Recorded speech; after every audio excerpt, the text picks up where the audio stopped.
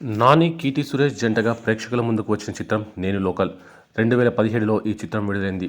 అటు ప్రేక్షకులతో పాటు ఇటు బాక్సాఫీస్ వద్ద మంచి రిజల్ట్ కూడా అందుకుంది.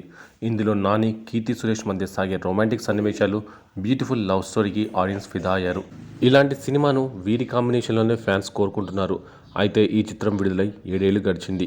7 ఇయర్స్ ఆఫ్ నేను లోకల్ సందర్భంగా నాని, కీర్తి సురేష్ ఒకరినొకరు విష్ చేసుకున్నారు. బాబు పొట్టి 7 ఏళ్లు తెలియకుండానే గడిచిపోయింది. ఈ చిత్రం వచ్చి 7 సంవత్సరాలు అయినందున శుభాకాంక్షలు తెలుపుతున్నాను అంటూ పోస్ట్ పెట్టింది. అందుకు నాని ఆసక్తికరంగా రిప్లై ఇచ్చారు.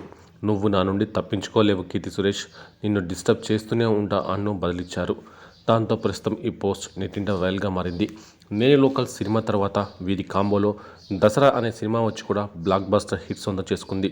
తాజాగా నిన్ను వదలను అంటూ రిప్లై ఇవ్వడంతో ఫ్యూచర్లో మళ్ళీ ఈ పేరు రిపీట్ అవుతుందా అని అభిమానులు ఎంతో ఆసక్తిగా ఎదురుచూస్తున్నారు.